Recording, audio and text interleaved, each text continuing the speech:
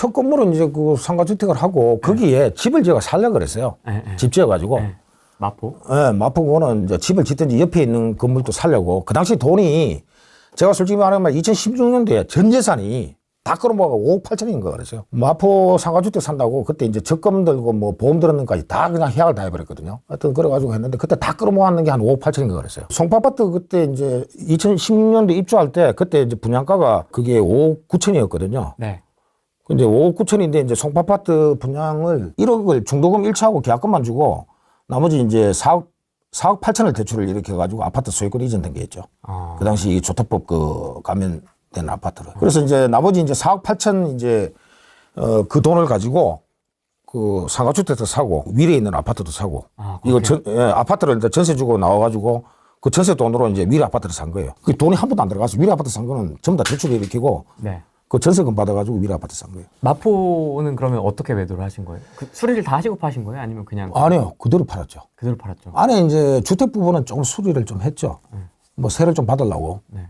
뭐 그 당시 뭐 동네 철물점에 이야기해가지고 그때 이제 뭐 좀 값싸게 해가지고 좀 해서 이제 월세 받았죠 그때. 그것도 뭐 마포도 그 당시에 대출이 한 4억 가까이 있었으니까. 영끌이네 어떻게 보면. 전부 다 연끌했죠. 전부 대출을. 뭐 대출을 그 정도 이렇게 하는 사람 별로 없을 거야 아마. 그렇게 해서 돈이 없으니까 어쩔 수 없었어요. 돈이 없으니까. 누구한테 파신 거예요? 그것도 이제 디벨로퍼, 부동산 개발 시행사한테 팔았죠. 첫 번째 것도. 예. 그래서 이제 특이하다. 이제 그게 이종 일반 주거 지역인데 마포는 이종 일반 주거 지역인데 이제 옆에 있는 필지도 이제 연세가 많았어요. 그분하고 합쳐가지고 제게는 40평이고 옆에가 이제 53평인데 합쳐가 93평. 그래서 이제 제가 이야기하는데 이 땅을 딛고 있는 건물을 사는 건 좋은데 이걸 새 건물이나 리모델링 됐다기가 삐까번쩍한 건물을 사는 것은 꼬마 빌딩이나 상업용 건물 사는 거에서 하수다. 하수다. 이걸 갖다가 최대한의 레버리지를 일으켜가지고 이 덩치를 키워야 된다고 덩치를 키워가지고 부동산 개발하는 디벨로퍼한테 팔아야만이 이 제값을 받을 수 있어요. 덩치를 하면 땅이 그러니까 내가 봐서는 주거지역은 이제 90평. 그 다음에 상업지역은 이제 60평이죠. 60평. 그래야 디벨로퍼들이 이걸 살려고 매수를 하려고 한다. 그 밑에 면적은 살려고 하지 않아요. 개발 그 이익이 안 나와요. 왜냐하면 기계식 주차장을 넣지를 못해요. 지금 현재 이제 꼬마 빌딩에 대해서 이제 뭐 상당히 붐이 많이 일었죠. 사실은 이제 그게 꼬마 빌딩 붐이 이런 게 2015년도부터 일었죠. 그래서 저도 이제 그 당시에 이제 2016년도부터 제가 꼬마 빌딩을 살려고 했는데 돈이 뭐 1억 그때 돈이 뭐 다 합쳐봐야 얼마 있지를 못하니까. 그래서 이제 결국은 마포 그 당시 홍대나 연남동 그다음에 이제 그 당시 경의선 숲길이 그때 2016년도에 조성이 완료됐어요. 마포 이제 제가 마포 공덕동에 살았는데 그 당시에 이미 마포 홍대하고 연남동이 이미 뭐 4m 도로만 끼면은 벌써 평당 4천만 원이 넘어가고 있었어요. 근데 제가 이제 찾는 거는 이제 6m 이상 도로. 6m 이상 도로. 그 다음에 이제 처음에는 이제 거기 마포에 상가주택 살 때 이제 집을 지어가 살려고 했기 때문에 밑에는 상가를 넣고 위에 이제 살려고. 그때 뭐 가설계까지 다 뽑았었어요. 그래 했다가 이제 영등포 건물을 사면서 이제 또다시 바뀌어버렸지. 미리 이제 살 때도 이제 옆에 건물하고 같이 이제 매수를 하든지 같이 이제 매도할 그 생각까지 다 가지고 있었죠. 그럼 매수하기 전에 미리 그걸 매도 타이밍까지 다 보고 있었죠. 얘기를 좀 나누셨어요? 아니, 얘기 나눈 건 없어요. 어차피 이제 매물 나올 걸로 예상이 됐죠. 그 옆에 있는 땅도 그분이 아마 주인분이 그때 80이 넘었으니까 그건 반드시 매도 나온다고. 왜냐하면 지은 지가 이미 둘이 비슷할 때 1973년도 지었기 때문에. 그래서 이제 제가 이제 부동산은 매수를 할 때 항상 매도를 언제 할 것인가 이걸 보고 들어가야 돼요. 뭐 천년만년 살 거라는 건 없어요. 근데 어떤 사람들은 보면 이게 뭐 아파트가 좋아가지고 천년만년 살 거라 그러더라고. 그건 아주 어리석은 짓이에요, 그게. 그렇게 해가지고 돈 못 벌어요, 부동산 투자에서. 매수 적시 매도 타이밍을 봐야 된다고. 이 부동산은 또 이야기하지만은 매도가 엄청 어려워요. 이게 뭐 집을 내놓으면 팔린다. 아파트가 뭐 내놓으면 팔린다. 그거는 제값을 못 받아요. 그 타이밍을 놓쳐버리면 제값을 못 받는다고. 그래서 늘 부동산 시장 흐름에 대해서 정책이 발표되는 거 이런 걸 전부 다 보면서 이 타이밍을 늘 재고 있어야 돼요. 그리고 또 특이한 건 영등포도 또 같은 방식으로. 똑같은 방식이었죠. 이것도 마찬가지로 전부 다 이제 지은 지가 1980년대에 지은 거예요. 그래서 이제 이 건물을 사고 난 뒤에 옆에 것까지 전부 다 살 생각을 다 했죠. 옆에 필지. 새 필지를 다 살 생각을 했죠. 그걸 다 계획을 가지고 들어갔죠. 그 당시에 첫 건물을 샀는 게 14억 3천만 원이에요. 취득세 포함해서. 이걸 1억 2,500에 샀다고. 1억 2,500에. 나머지는 뭡니까? 좀 대출이에요. 그러니까 14억 3천만 원 취득세 포함해. 근데 1억 2,500에 샀다니까 사람들이 믿지는 안 해가지고 일단 뭐 책에도 그거 내용은 지금 넣어놨는데 그 옆에 있는 땅하고 이제 이게 그 당시 다 같이 맞벽으로 같이 지었기 때문에 이것도 이제 매물이 나올 걸로 이제 생각을 했죠. 근데 이것도 이제 사연이 좀 있어요. 이걸 이제 살려고 하니까 그 당시 돈도 내가 그때 돈이 정확하게 마포 그때 있는 아파트를 갭 투자해가지고 5천만 원 해가지고 이제 샀던 게 있어요. 네. 그걸 이제 양도 차익을 1억 2천을 본 게 있어요. 불과 한 1년 만에. 네. 1년 만에, 1년 한 2개월 만이죠. 근데 이제 문재인 정부 들어가 8.2 대책이 발표되니까 네. 이제 더 이상은 이제 아파트를 못 사는 거예요. 그 서울하고. 그래서 이제 그때 이제 8.2 대책 발표 나가지고 2018년 2월에 팔았죠. 3월부터 이제 양도세 중과가 됐으니까. 그 1억 3천 가지고 이제 그 속된 말로 내가 꼬마 빌딩 산다고 돌아다닌 거예요. 강남부터 해가 성수, 강남, 성수, 마포, 홍대, 영남동. 그러고 가다가 영등포를 발견한 거야. 이 영등포가 낙후됐다고 아무도 쳐다보지도 안 하는 거야. 제가 이제 요즘 이야기하면은 이제 빌딩 중개법인들이 있어요. 그 당시도 이제 빌딩 중개법인이 많았는데 그 가면은 전부 다 전부 다 강남 건물만 보여주는 거야. 강남하고 저기 성수하고 그다음에 마포, 홍대, 영남동. 그거 뭐 보는데 내가 봐서는 이게 가격이 이미 내가 2016년도에 그 당시에 이제 꼬마 빌딩을 사려고 이미 그때 돌아다녔잖아요. 네. 그때 건물을 이미 한 100채를 다 봤단 말이에요. 그때 2016년도에 마포 상가주택 살 때. 이미 다 혼자 보셨구나. 그러니까 내가 이제 이 중개법인에서 이야기하는 이제 매도 가격을 딱 보니까 이 말도 안 되는 가격만 이야기하는 거예요. 1억 3천 있다 그러니까 아니 내하고 대화를 안 하려고 그래. 말을 안 해. 그러니까 이제 가서 이제 말하는 게 아니 뭐 한 7, 8억 있다고 이야기했지 이제.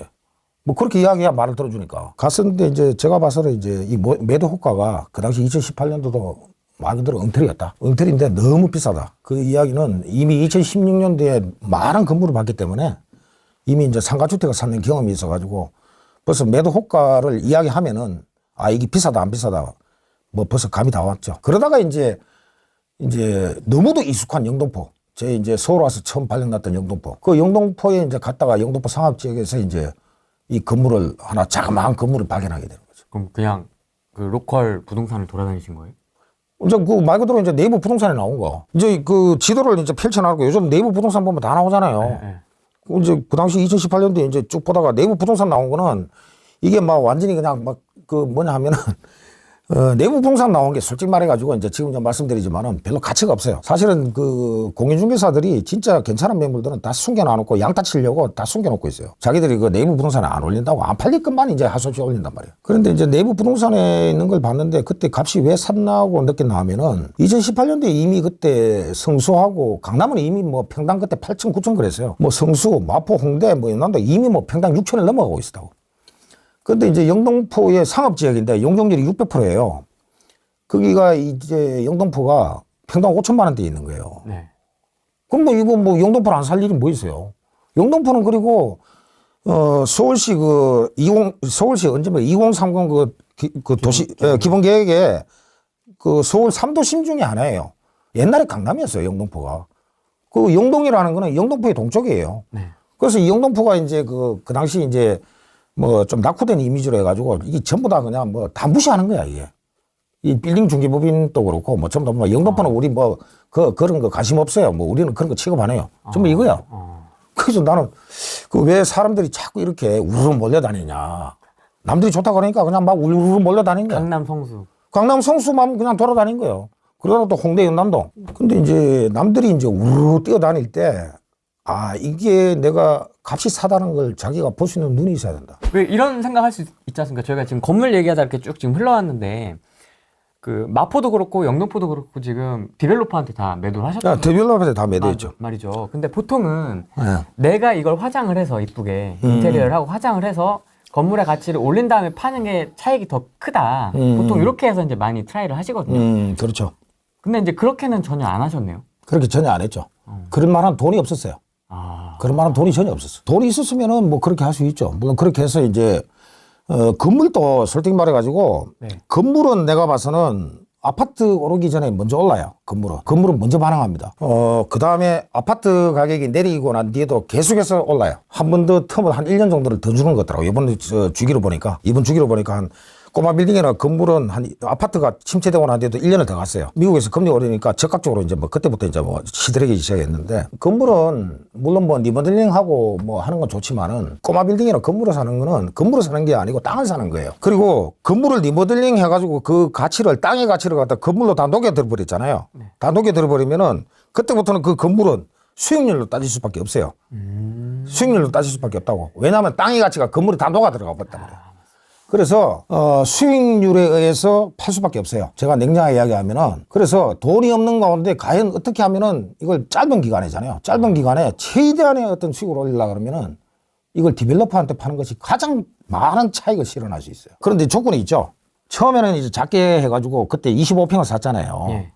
그러면서 이제 아파트를 팔면서 그걸로 해가지고 다시 이제 옆에 있는 땅을 사고 또 최후로 이제 마지막 땅까지 사서 이제 70한 9평 정도로 만든 거예요. 예. 그래가지고 이 디벨로퍼가 사서 짓기 좋게 만들어가지고 파는 거예요. 그렇게 했을 때 이제 최고로 이제 그 시세 차익이 나올 수 있어요. 아무래도 좀 더 짧은 시간에 팔 수 있겠네요. 당연하죠. 이렇게 인테리어 하고 막 이런 네. 거.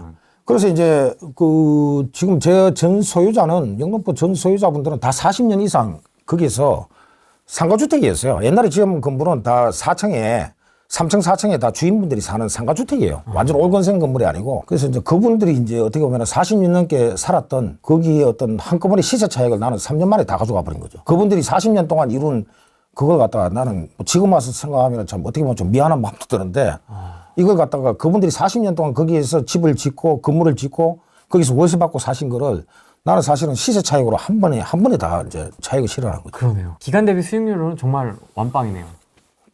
그렇죠. 근데 돈이 없으니까, 현금이 없으니까 할 수 있는 방법은 이제 최대한의 어떤 레버리지를 일으키는 방법밖에 없었죠. 근데 어쨌든 그 방법을 고안하신 거잖아요. 보통 돈이 없으면 내가 무슨 건물을 사 이러는데. 그때는 다 대안이 없었는 게 파리 대책이 문재인 정부 때 파리 대책 나오고 난 뒤부터는 주택을 규제를 하니까 이게 꼬마 빌딩으로 가는데 남들은 전부 다 이제 마포하고 뭐 어디로 봤어? 성수, 강남 이 3개가 공식이에요, 공식. 이쪽만 돌아다니는데 나는 영등포로 갔다는 거지. 남들이 전부 다 스쳐 지나가는데 그걸 봤다는 거예요. 근데 그 영등포로 갔다 전부 다 무시하더라고. 그 지금 이제 뭐 내가 파고 난 뒤부터 평당 1억 다 넘어서 버렸잖아. 내가 평당 1억 넘게 파니까 이제 다 평당 1억 다 넘어서 버렸어요. 부동산의 투자의 꽃은 뭐냐면 건물주예요. 근데 이게 아파트가 이제 상승하기 시작하면 제일 먼저 이 아파트를 갖다가 먼저 규제가 발표된다고. 그 규제 정책이 발표되고 난 뒤부터는 저는 그 지방에 아파트를 산 게 있어요. 한 2개 정도를 사긴 샀는데 그때는 조정지역 들어가기 전에 샀는데 규제 정책 나오고 난 뒤부터는 아파트를 하나도 안 샀어요. 서울에 있는 아파트를. 서울 아파트를 한 채도 산 적이 없어요. 내가 거주주택하고 송파아파트하고 이걸 다 비과세로 받기 위해서 그 준비를 한 거죠. 그래가지고 전부 다 이제 올건생 꼬마 빌딩으로 전부 다 들어갔고 지금 현재 영등포 건물 거기 4층이 다 주택이 있었다 그랬잖아요. 3층, 4층. 이걸 갖다 사자마자 다 건생으로 다 전환시켜 버렸어요. 사무소로. 건생, 2종 건생 사무소로. 그래서 올건생으로 만들어 버린 거지. 제가 샀던 게 이제 송파아파트하고 그 다음에 이제 위례 아파트. 그 다음에 이제 마포 상가주택에 있는 주택 부분. 이 주택도 그 희한한 게 이걸 살 때 제가 또 2016년도에 또 주택임대 사업자 등록을 한 거예요. 그래가지고 송파아파트하고 이제 위례 아파트하고 두 채를 다 비과세를 받았죠. 그리고 이 상가주택도 1주택 비과세로 판 거예요. 세 개를 쪼르르. 세 개를 다 1주택 비과세로. 그래가지고 이 세금을 내고 나면은 남는 게 없어요, 부동산은. 맞습니다. 부동산은 워낙에 이 세금이 크기 때문에 세금 부분을 늘 생각해야 돼요, 세금을. 차 떼고 포 떼고 하면은 남는 건 뼈다귀밖에 없어요. 뼈다귀만 남다고. 차 떼고 포 떼고 뭐 좀만 남는데 그거 가지고 뭐 할까? 세금 떼고 나면 아무것도 남는 게 없는데 그걸 갖다가 그건 아니죠. 그러면 양도 차익이 세금 떼고 어느 정도 남으신 건가? 그 마지막에 영등포는 정리하고. 양도 차익은 33억이 남았고 네.